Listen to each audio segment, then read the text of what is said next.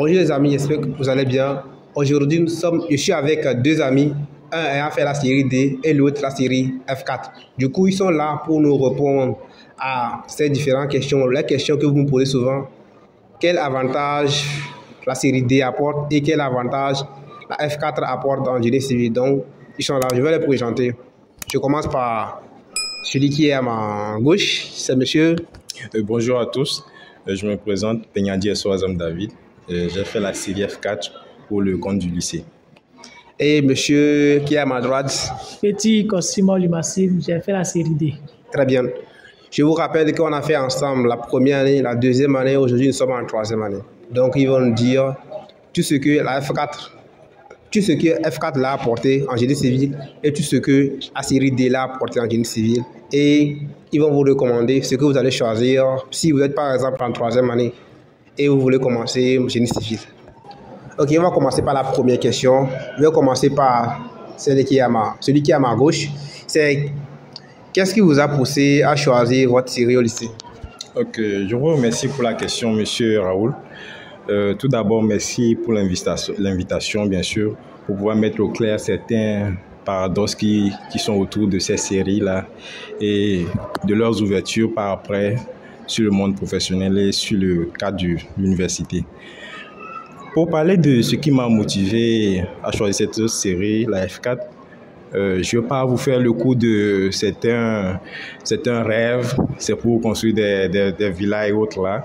C'est bien sûr une partie, mais il faut noter que la première des choses à savoir, c'est dès l'enfance, il faut avoir déjà une vision. La vision peut ne pas être claire, mais nous avons les parents qui sont chargés de nous éclairer sur ce chemin-là, sur ce cursus-là que nous allons prendre après. Donc pour moi, dans ma situation, c'était mon père et mes frères qui avaient déjà entamé le cycle du lycée et ressortant de leur expérience plutôt, ils m'ont conseillé et moi aussi j'ai dû faire des choix. Donc l'histoire commence ainsi, tout petit, ayant des aptitudes plutôt dans la technique et autres. J'étais celui-là qui aimait gâter les choses à la maison, mais aussi lorsque quelque chose se gâtait, une torche ou bien une radio, j'étais celui-là qui bricolait avec. Donc très tôt, j'ai eu un penchant pour ce qui est d'ordre technique, ce qui est faisable à la main avec les connaissances et ce qui est du toucher. Donc ainsi, j'obtiens mon BEPC très jeune, à l'âge de 13 ans, je pense. C'est ça. La question m'est soumise à savoir, est-ce que je continue ou bien je fais quoi de ma vie? Il est important de noter aussi que les parents m'ont laissé le libre choix dans ce cadre du choix du cursus. Et ainsi, j'ai dit que je voudrais continuer dans le domaine du génie civil. Et sous les conseils de mes parents et de mes enseignants qui ont trouvé que c'était une bonne idée, m'ont dit qu'il serait important de prendre déjà une bonne base en commençant par la F4 puisque c'est un peu une filière minime, s'il faut dire les minimes du génie civil, le fleuron du génie civil. Donc ainsi, j'ai choisi la série F4 pour le compte de la seconde et c'est ainsi que j'ai pu choisir cette série. Merci beaucoup et merci pour l'explication qui a été bien détaillée. Et là, nous allons passer la parole à monsieur qui est à ma droite, qui ne sait pas, je ne sais pas s'il savait qu'il a fait génie civil, qu'il a fait la série D. Et après, c'est le docteur. Je suis mort dedans. Donc, on va voir pourquoi il a choisi la série D avant de venir faire génie civil. Ok? Bonjour, monsieur Petit. Et bonjour. Donc, tout d'abord, je tiens à te remercier pour l'occasion, pour l'invitation. Bon, c'est déjà une bonne chose ce que vous êtes en train de faire. Puisque si on explique les choses dès maintenant à nos frères, ils vont savoir mieux prendre certaines décisions pour pouvoir entamer leur carrière dans les différents domaines après. Merci beaucoup. Ce qui moi personnellement, j'avais pas eu cette chance. Et pour à la question de savoir pourquoi j'ai choisi la série D avant de faire génie civil, si j'étais déjà dans le bain de génie civil ou bien bon, Je l'avais juste pris comme ça. Je vais répondre.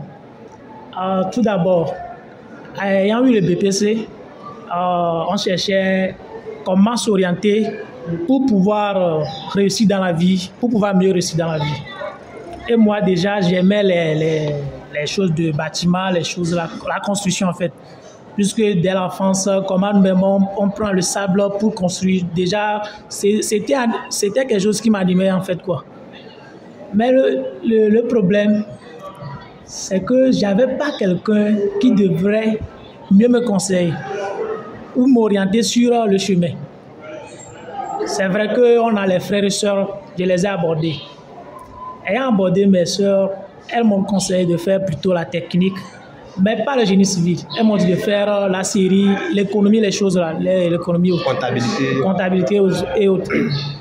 Bon, j'étais allé dans mon établissement pour retirer mon relevé du BPC. Et c'est là que j'ai rencontré le censeur du lycée. Puisque c'était même dans l'établissement, il y avait le collège et le lycée en même temps. Et le censeur, il a vu mon relevé, il m'a dit que tu es un bon élément en sciences, tu excelles bien en sciences, que ça serait bien de faire la série D ou bien la C, donc de faire la seconde S. Et c'est là que j'ai eu à l'expliquer que moi, en fait, j'aime le génie civil, la construction. Il m'a dit qu'avec la série D, tu peux tout faire par après ton bac. Et moi, ne sachant pas quoi faire au juste, j'ai décidé de faire la série D pour le moment, en attendant que j'ai mon bac avant de poursuivre ou bien de pouvoir m'orienter sur ce que je vais faire après. Donc, je vais dire que c'est là que j'ai choisi la série D.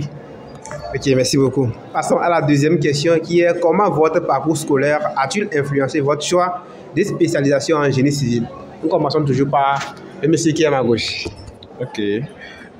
Concernant cette question, je dirais que d'ores et déjà, comme mon choix a été très très préventif, s'il faut le dire, entre guillemets, donc j'avais déjà mis le pied dans le génie civil.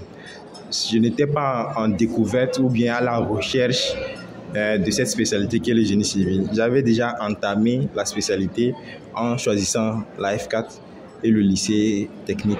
Donc je peux dire que j'étais déjà dans le bain, quoi. Voilà ce que je peux répondre à cette question. Ok, merci beaucoup. Monsieur Petit? Bon, à la question, moi je répondrai que ayant choisi la série D, arrivé déjà en première, en seconde, il n'y a pas une chose aussi. En seconde, déjà, il n'y a pas quelque chose d'important qui te montre vraiment que tu es en D. C'est arrivé en première et terminale que tu sais vraiment que tu es dans le bain de la série D. Déjà arrivé en première, avec la SVT, on nous montrait les choses sur la physiologie, la constitution de l'être humain, tout ça. Du coup, j'étais en train de me perdre. Je vais mélanger si je vais choisir le génie civil après ou continuer en médecine. J'étais en fait dans la barre de choix. Arrivé en terminale, mais le génie civil était toujours dans ma tête. Arrivé en terminale, là j'ai décidé que finalement c'est le génie civil que je vais faire après mon bac. Du coup, je vais dire que la série D, ça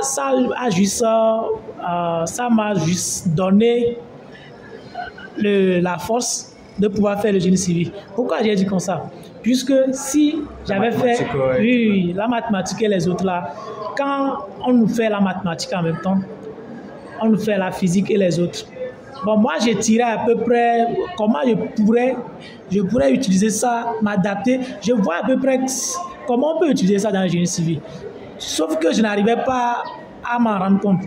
Okay. Je me demandais comment est-ce qu'on peut utiliser la mathématique dans le génie civil.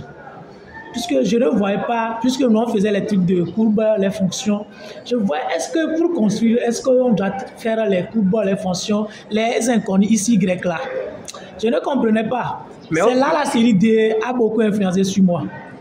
Mais comme j'étais vraiment déterminé à faire le génie civil, en fin de compte, j'ai pris le génie civil. Mais au final, les courbes là, tu les as utilisées finalement en génie civil ou pas? Oui, on a eu à les utiliser. La mathématique continue toujours. Donc on a eu à les utiliser. Par exemple, dans le traçage des raccordements des routes. Pour faire une conception de la route, on doit faire les raccordements, tout ça. Donc, il y a les calculs qui vont intervenir. Les calculs géométriques qui interviennent dans la conception de la route. Donc, on doit tracer les courbes là. Même là, les fonctions là, on a eu à les utiliser. Par exemple, si on prend le béton armé, il y a les formules, il y a les inconnus. Du coup, c'est à peu près la même chose. La mathématique intervient partout. Oui. Ok, merci beaucoup. On va passer à la troisième question qui est en quoi les différences entre la série D et la série F4 ont-elles été pertinentes pour votre formation en génie civil? Ok, pour répondre à cette question, M. Raoul, je dirais que d'ores et déjà, comme c'est la série F4 que j'avais choisie, j'ai déjà les bases et les prérequis pour continuer en génie civil. Donc, une fois que cette formation de 3 ans a été acquise, on peut la comparer déjà à une pré-licence, une petite licence obtenue au lycée. Donc, une fois à l'université, pour continuer dans ce sens-là, dans le génie civil, j'ai déjà des prérequis et vraiment un bagage intellectuel en génie civil pour pouvoir continuer et avoir des études supérieures. Il faut aussi noter que la F4, après le bac, tu es considéré comme étant un technicien de la matière. Donc, c'est déjà un diplôme, un niveau, et il est tout à fait possible de travailler avec ce diplôme-là. Les gens le font. Voilà. Donc, c'est très déterminant et c'est déjà une base qui influence beaucoup sur le génie civil dans les études supérieures, puisqu'il n'y a plus grand chose de nouveau, c'est juste des approfondissements, des éclaircissements et tout y va, quoi. Ok, tu peux nous donner des exemples de matières que vous avez déjà fait en F4 et que tu retrouves encore ici, parce que je te connais, c'est pas pour rien que je t'ai invité. C'est quelqu'un qui est toujours à l'aise dans tout ce que tu fais. Bon, est-ce qu'il y a des matières que vous avez fait précédemment en F4 et qui est toujours ici? Exemple des matières, par exemple. Ok, pour donner un petit exemple de matière, je dirais toutes les matières, puisque le français, c'est dans cette langue que nous sommes en train de nous exprimer. L'anglais est une matière qui est vraiment la langue du débouché aujourd'hui sur le marché. Sans l'anglais, vous êtes limité. Pour considérer maintenant les matières scientifiques, la mathématique, comme le confrère lui a dit,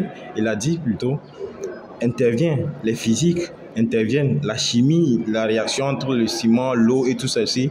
C'est une suite mais pour parler plus particulièrement des matières techniques, je dirais le béton armé, par exemple, est une matière enseignée au lycée technique. Donc cette matière, on la retrouve aussi. Nous avons des matières comme le dessin, comme le métré, comme l'exploitation ou la technologie de construction qui résume à peu près la nomenclature des matériaux et tout ce qu'il faut dans le génie civil. Donc, il faut aussi revoir que si le gouvernement ou bien si les autorités mettent ces matières-là en œuvre au lycée technique, c'est parce qu'elles savent que ce sont des matières qui seront utiles. Et comme on le dit, il n'y a pas de matière bête noire ou bien de matière bête qui ne servirait pas à l'étudiant en question. Donc, toutes les matières qui sont mises dans le lycée serviront par après, d'une façon ou d'une autre, à l'étudiant en question. Ok. Nous allons retenir la même question à notre ami de la série D, qui est comme moi. Vous le savez, j'ai fait la série D aussi, mais il va reprendre en place. Ok, merci, monsieur Raoul, pour la question. Tout d'abord, il va dire que, ayant eu le bac et ayant choisi de faire le génie civil, j'étais arrivé dans un monde, je vais dire, inconnu. D'accord. Où tout était nouveau pour moi. Quelqu'un qui a eu à faire les choses chimiques, les choses biologiques, et qui se retrouve avec la matière même.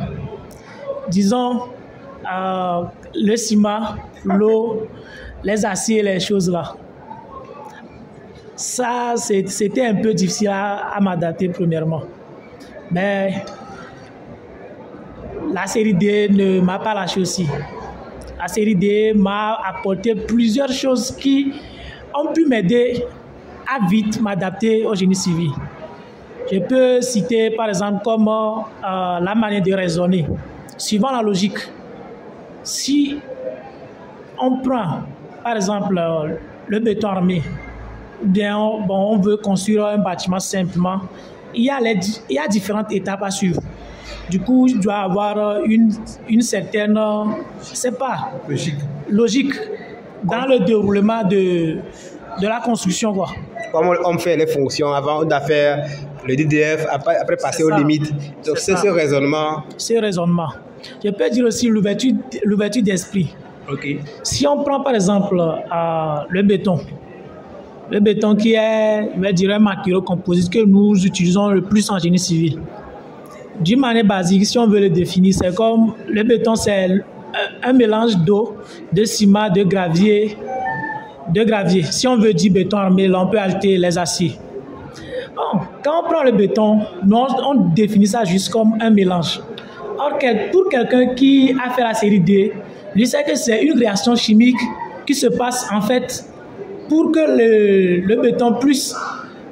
Bon, si on prend le béton, premièrement, quand on fait le mélange, c'est quelque chose qui est fluide, plus ou moins fluide. Mais après, ça se solidifie.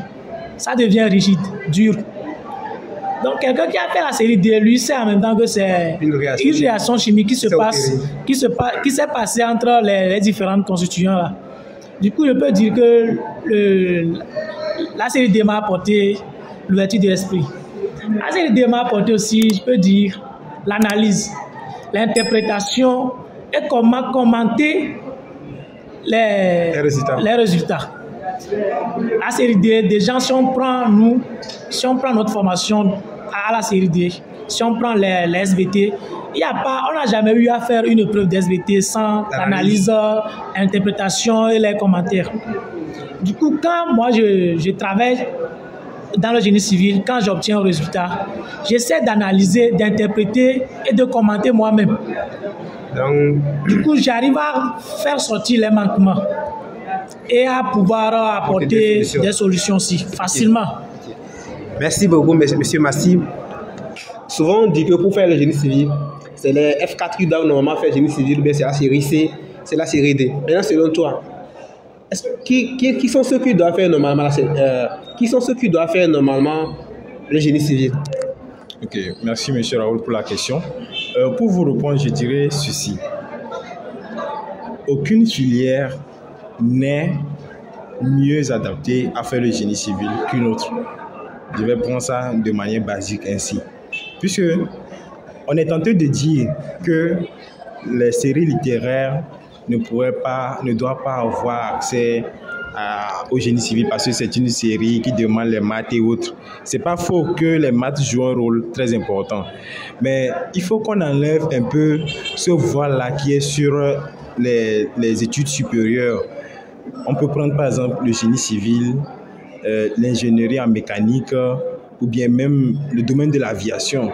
On mystifie un peu trop ces séries-là pour se dire que non, il faut être calé en maths. Ce n'est pas faux. Il faut avoir des bases. Mais nos parents et nos grands-parents qui n'avaient pas une éducation faisaient aussi des choses. Donc, on n'arrive même pas à expliquer jusqu'ici. On n'arrive pas à expliquer, la science n'arrive pas à expliquer comment ils le font. Donc, il faut d'abord se dire que toute personne ayant la volonté et le courage peut faire le génie civil. Maintenant, lorsque la volonté et le courage sont déjà établis, il faut ne serait-ce au moins un petit bagage intellectuel. Puisque les maths permettent d'avoir une bonne assise. Quand tu comprends les maths, tu peux comprendre la nature, puisque toute la nature qui nous environne est systématiquement faite de maths. On peut retrouver par exemple la suite de Fibonacci partout dans l'univers, le nombre d'or exactement partout dans l'univers, le nombre pi, on le trouve partout dans l'univers. Ce sont des concepts qui sont autour de nous. On est allé même à croire que la nature c'est la maths entièrement. Donc il faut au moins une petite base en maths pour pouvoir comprendre et pouvoir continuer.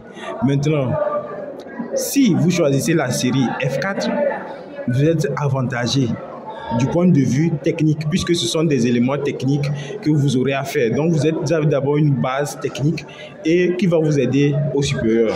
Si vous choisissez la série D, vous avez une base mathématique qui vous permet aussi de vous rattraper sur la technique. Comme ça, vous pouvez compléter le trou. Si vous avez fait la littérature, raisonner, ce n'est pas du tout facile.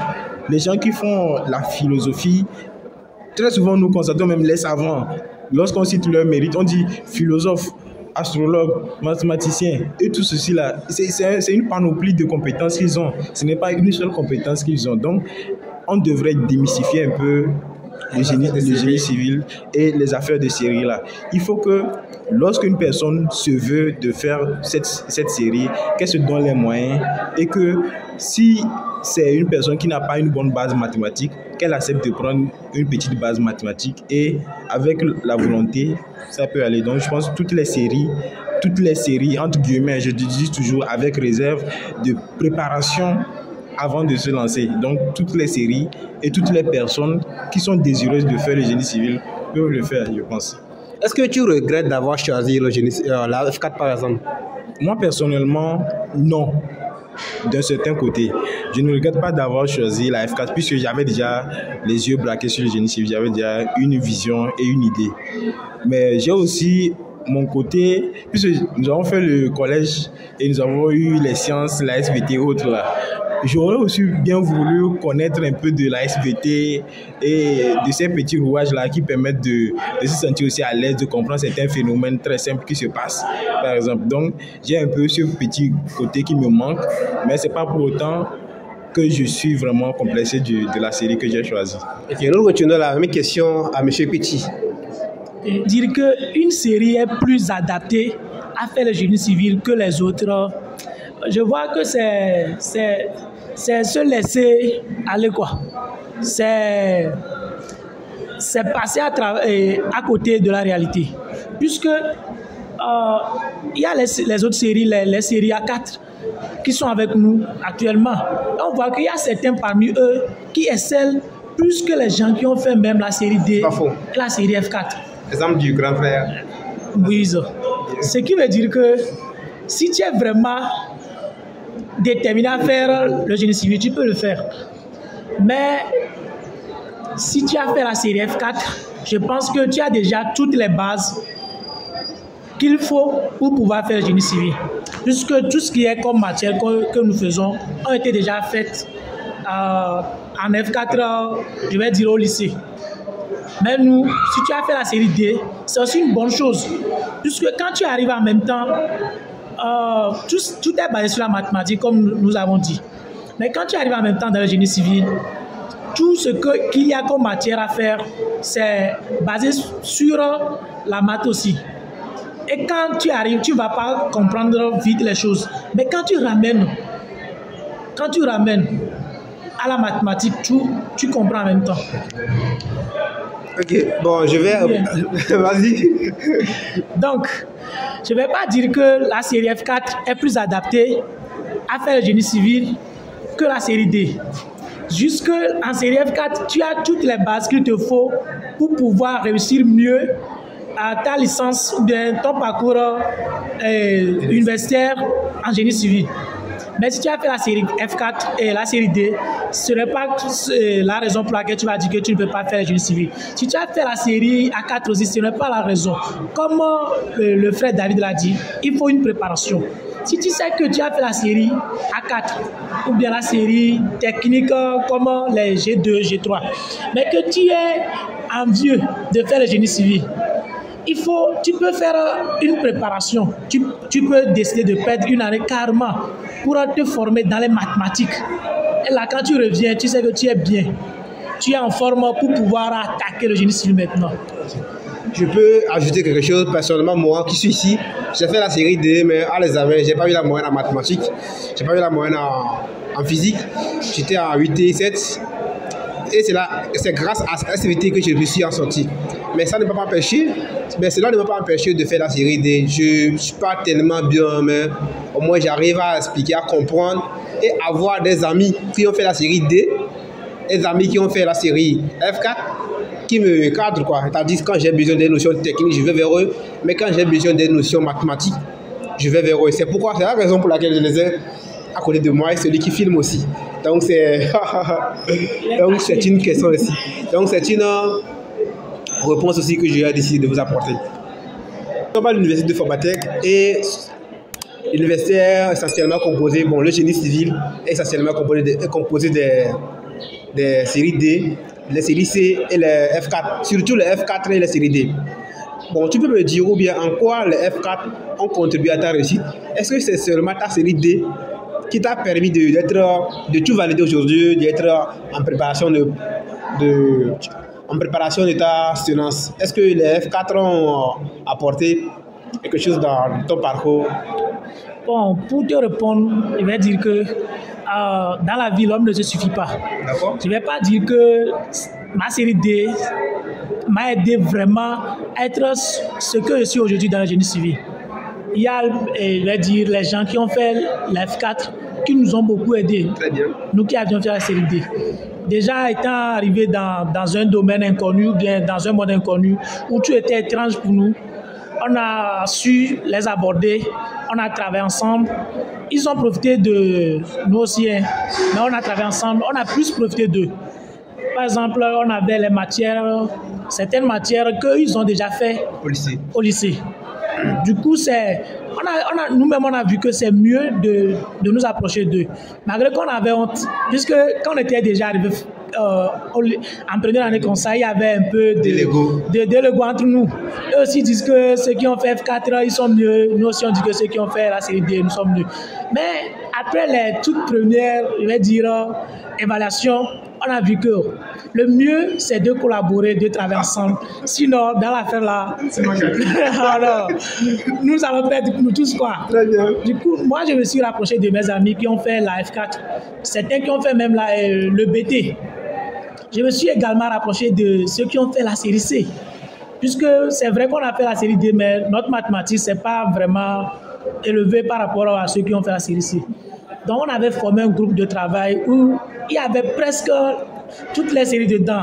Les BT, les F4, la série D et les C. Donc, ça m'a beaucoup aidé. J'ai appris beaucoup chez eux. Actuellement, mais on continue par apprendre toujours. Ok, c'est l'erreur que j'ai fait au début quand je suis arrivé en génie civil. Je me suis dit que ce que j'avais fait pour avoir mon bac, entre parenthèses au lycée, moi je n'aimais pas les travaux de groupe, autant pour moi. Je travaillais seul et j'ai pris ce rythme en première année aussi. Ça fait que ça n'a pas bien passé. Ça ne s'est pas bien passé autant pour moi. Mais quand j'ai changé de stratégie, j'ai adopté son stratégie, je me suis posé la question, comment vous faites pour valider les matières? C'est là qu'ils m'ont expliqué ce qu'ils ont fait.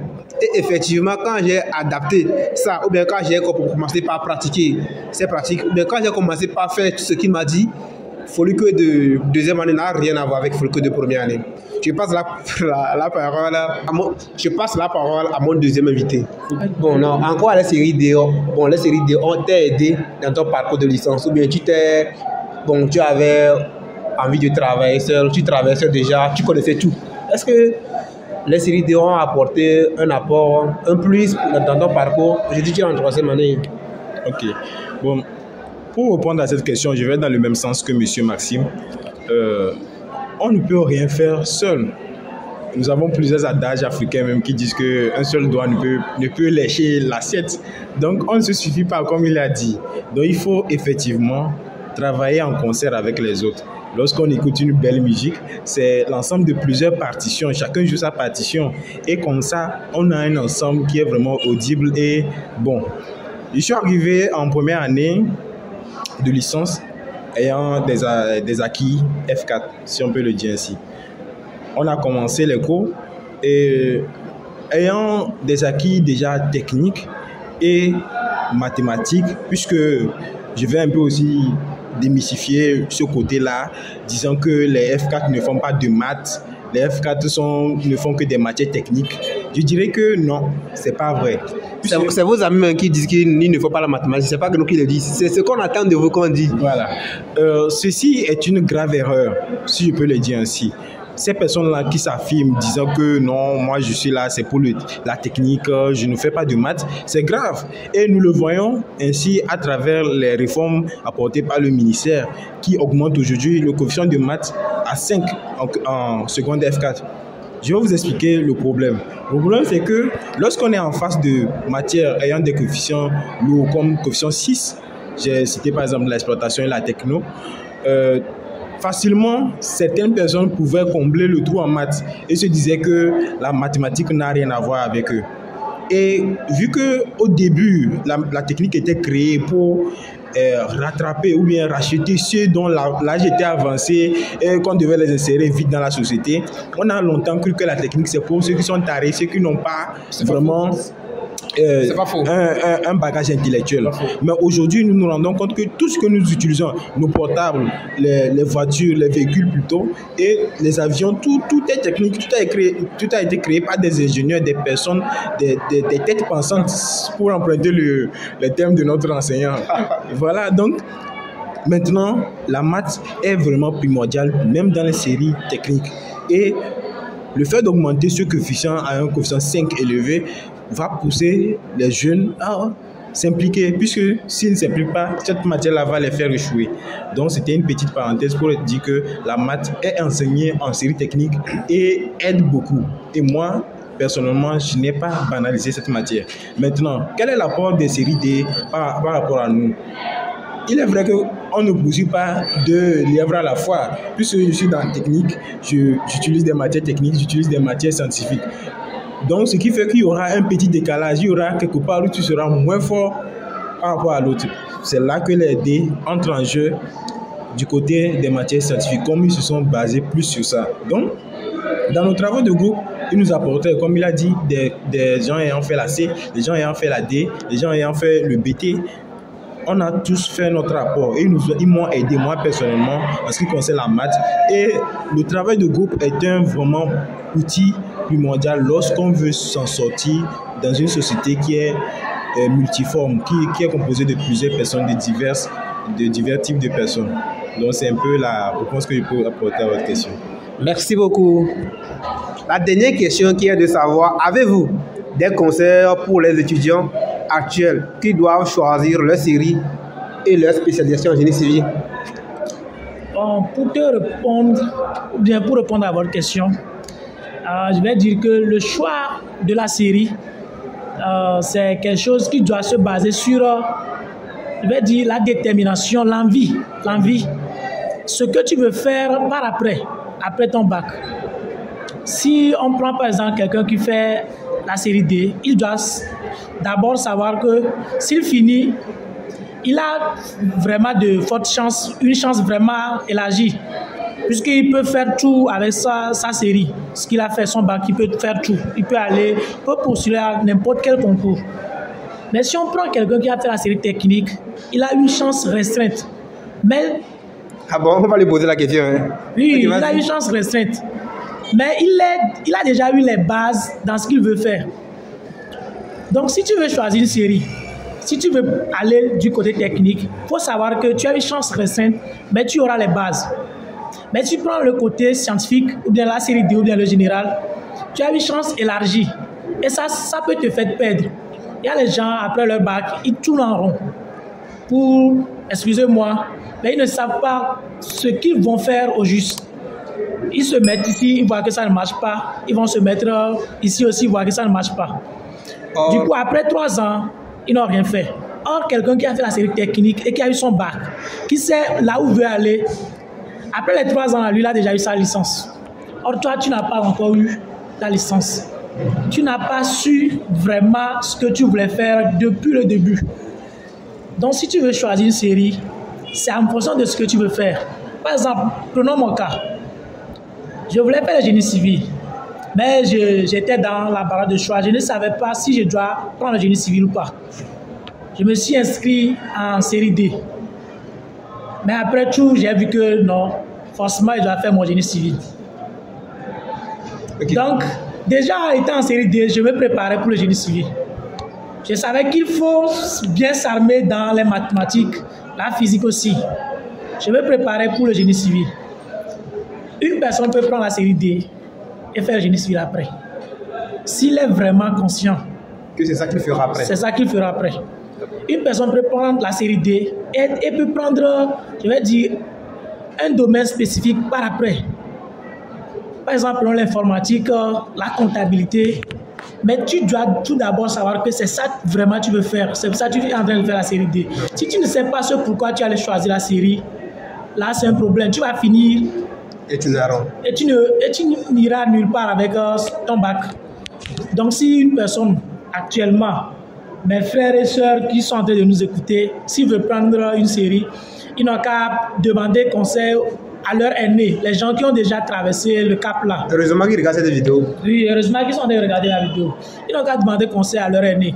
S'ils n'arrivent pas à les aider eux-mêmes, puisque c'est leur propre avenir, ils sont en train d'assurer. Donc eux-mêmes, ils n'ont qu'à bien réfléchir sur ce qu'ils veulent faire après. Le choix de la série est vraiment une chose très déterminante dans l'avenir, quoi. Si tu rates, c'est que tu as raté ta vie. Tu peux essayer de jongler par après, mais ça ne serait pas vraiment ce que tu veux. Donc, si une personne est en train de nous écouter, qui ne sait pas quelle série prendre, bon, il n'a qu'à réfléchir lui-même. Tout d'abord, s'il n'arrive pas à trouver le choix, il peut se laisser à ses parents, à ses aînés, pour qu'on puisse le conseiller. Ok, entre parenthèses, pour compléter, j'ai une amie qui m'a contacté l'autre fois, je ne la connais pas.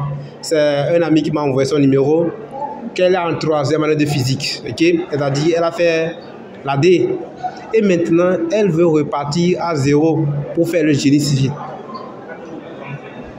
Maintenant, elle veut repartir pour faire le génie civil. Vous voyez que ça veut dire qu'au début, elle ne savait pas où elle allait. Donc, c'est grave. C'est perdre 3 ans comme ça. Elle n'a pas perdu, mais bon, si on a eu le bac ensemble, je vais le dépasser. Je vais la dépasser au tas pour moi. Ouais, non. Donc, on va passer la parole à M. Penyandi. M. Penyandi. Oui. D'accord. Donc, premièrement, il a dit que ceux qui ont fait la F4 ont un choix restreint. C'est vrai selon toi? Bon, je pense que les avis sont partagés. Hein. Les avis sont partagés. C'est vrai que chaque série a ses forces et ses faiblesses. Donc, c'est vrai qu'en ayant choisi une série technique, ça veut dire qu'on est déjà braqué sur quelque chose qu'on veut faire. Donc, après, la possibilité de passer dans un autre couloir peut être un peu restreint. Mais on peut toujours se réadapter lorsqu'on veut, si vraiment on a perdu de vue ce qu'on cherchait. Donc, bon, pour répondre à son affirmation, c'est vrai que quelquefois, quelqu'un qui a fait la F4 ne peut pas aller s'inscrire en médecine, même s'il a l'amour. Bon, c'est vrai qu'il n'a pas les prérequis, mais de la même manière que quelqu'un qui n'avait pas les prérequis pour le génie civil, il a fait la D, il s'est inscrit. Si l'amour est et puis la volonté y est et puis bon, la possibilité aussi est, même quand bien même on n'autorise pas, si on met cette personne là-bas, elle le peut, puisque l'être humain est capable de faire tout, peu importe ce que tu avais fait avant, on te met dans un canevas, tu décides, tu t'appliques, on te donne les moyens. Il n'y a rien d'impossible. Donc, c'est pour répondre à ce qu'il a dit. Les conseils pour les jeunes frères. Alors, si j'ai un conseil à donner à nos jeunes frères et sœurs qui nous suivent, c'est que d'abord, dès qu'ils sont en classe de 3e, en classe de 4e, qui sont appelées généralement des classes d'orientation, c'est là-bas qu'il faut vraiment qu'ils prennent déjà en vue leur avenir et ce qu'ils ont envie de faire. Vous pouvez avoir un plan B, un plan A plutôt, un plan B et un plan C. Puisque moi, je n'avais pas seulement les génies civils comme plan A. J'avais aussi un autre plan à côté. Au cas où ça ne marche pas, je dévie là-bas. Puisque le risque zéro n'existe pas. Donc déjà dans cette classe-là, commencez à vraiment chercher ce qu'ils veulent faire. Les enseignants aussi, il incombe aux enseignants de ces classes-là d'orienter leurs élèves, de leur expliquer clairement. Puisqu'on donne le choix à l'étudiant, à l'élève, on lui donne le choix et c'est à lui de prendre ses décisions. Si demain ça ne marche pas, il n'accusera personne de son échec. Les parents aussi ont la même responsabilité de montrer clairement, très clairement, puisque eux aussi ils ont fait des expériences, ils ont échoué des fois, ils sont victimes de leur passé. Ils peuvent clairement expliquer aussi à leurs enfants ce que c'est que l'avenir, ce que c'est que les séries, ce qu'ils gagnent en choisissant l'une ou l'autre série, et ainsi ça se fera. La deuxième partie que je vais attaquer, c'est plus concernant les aînés. Certains aînés induisent beaucoup en erreur leurs petits frères, puisque bon, ils ont fait malgré qu'ils ont eu des échecs, ils n'ont pas compris effectivement qu'est-ce qui a causé leur échec, et ils vont entraîner ces élèves-là ou bien ces personnes-là qui auraient vraiment révolutionné un domaine à ne pas l'embrasser. Donc, moi, je dis que j'écoute, mais je fais attention à déterminer vraiment ce qui est bon pour toi. Et aux parents, je reviens encore sur les parents, dès l'enfance, dès que l'enfant commence à grandir, déjà le talent caché, Dieu nous donne tous un talent. Il commence déjà à le développer d'une certaine façon ou d'une autre. Et les pays, pour ne pas les citer, certains pays ont vraiment acquis cette aptitude-là à déterminer très vite où vers quel endroit orienter l'enfant en fonction de ses aptitudes dès qu'il est enfant. Donc, il faut vraiment que les parents aient un œil sur les enfants et puissent savoir où est-ce que les orienter en fonction des aptitudes qu'ils démontrent très petits. Donc, on ne peut pas, si l'enfant démontre des aptitudes, il y a une situation qui dit que si on mesure la capacité d'un poisson à grimper aux arbres, il passera toute sa vie à croire qu'il est bête. Donc, si vous avez des aptitudes, on vous met dans le canevas qui est idéal, vous allez exceller. Mais si vous avez des aptitudes, on vous met dans un autre, on va museler votre don et puis vous ne pourrez rien faire. Donc, il y a en quelque sorte, ces trois paramètres-là à prendre en compte et que celui qui est décidé à faire quelque chose, qu'il le fasse avec amour, courage et abnégation, et ça se fait. Nous sommes arrivés à la question magique, qui est la question qui est un peu une parenthèse bête. Est-ce que vous voulez que les gens fassent génie civil? Il n'y a pas... Bon, on se dit qu'on ne trouve pas de stage à faire. Bon, on ne trouve pas... C'est vrai qu'il y a beaucoup de choses qu'on cherche et on ne trouve pas. Est-ce que vous voulez que les gens fassent encore génie civil? Mais nous seulement, on suffit. Réponds-moi, Massim. Ok. Pour répondre à ta question, je dirais...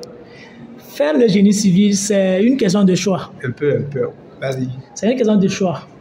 Donc, si une personne décide lui-même de faire le génie civil, qu'est-ce que l'on peut lui dire?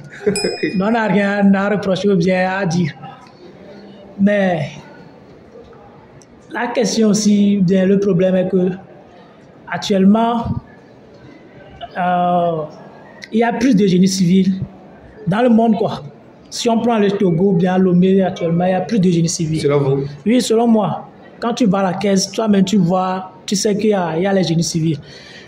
Et on ne peut pas dire, pourquoi on ne peut pas dire à nos frères de ne pas faire le génie civil? Si nous, on s'auto-suffit actuellement, on dit que, ok, nous, on peut faire le génie civil. Et on leur dit de ne pas venir faire le génie civil. Après, nous, on peut partir, ou bien après nous. Comment le domaine sera? Oui, donc on encourage plutôt les gens à venir faire le génie civil. Si tu le peux.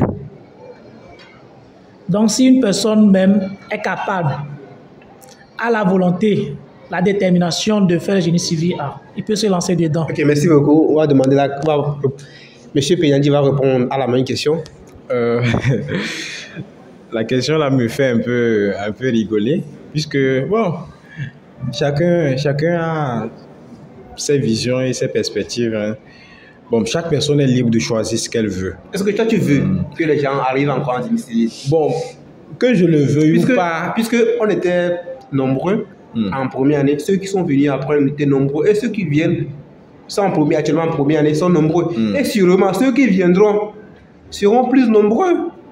Ok, bon, je dirais que la question n'est pas de savoir si je veux que les gens viennent faire le génie civil ou pas. Tout ce que moi je peux faire, c'est donner mon avis, donner mes conseils. Et si une personne se sent capable, puisque je le dis, ce n'est pas un génie civil bancal qu'on va faire. Il faut qu'on cesse de se dire on va venir faire 3 ans, quitter, entrer sur le marché de l'emploi. Ce n'est pas un génie civil bancal qu'on vient pour faire. Si vous n'êtes pas capable, si vous n'êtes pas prêt à vous sacrifier entièrement, je trouve que ce n'est pas la peine de venir. Puisque, comme vous le savez, comme je le dis souvent, il n'y a rien dans son sommeil. Et il n'y a rien dans le sommeil. Pour ceux qui veulent faire le génie civil, il faut vraiment s'impliquer dans des nuits blanches.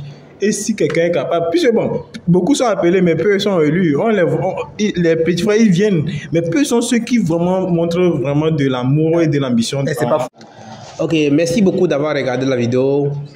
J'espère que la vidéo vous a plu. Si vous avez des questions, n'hésitez pas de me les poser dans les sections de commentaires. Je pense que si vous posez ces questions, je vais leur retourner. Ils sont disponibles pour le moment à répondre à vos questions. Même si vous êtes sur le chantier, je viendrai vous poser les différentes questions. Donc, merci à M. Petit d'avoir répondu à l'appel, d'avoir expliqué beaucoup de choses. Donc, ceux qui ont fait la série, vous aurez plus de réponses avec M. Petit dans les jours à venir. Et également, merci à M. Penyandi, un ami. Le plaisir partagé. Merci beaucoup et on se dit à la prochaine. N'oubliez pas de vous abonner, c'est ça qui est essentiel. Abonnez-vous et likez la vidéo pour permettre à beaucoup de gens de regarder la vidéo. C'est ça, si vous vous abonnez, vous laissez des commentaires et vous likez la vidéo. YouTube dit que la vidéo est intéressante, il va partager ça à beaucoup de gens. Mais si vous ne faites pas ça, vous êtes un gars et vous ne voulez pas que les autres aussi regardent la vidéo. On se dit à la prochaine pour une autre vidéo. Et n'hésitez pas aussi de me dire les vidéos que vous voulez voir. C'est important. Je dois savoir les vidéos qui vous plaisent. Ouais, non. On se dit à la prochaine.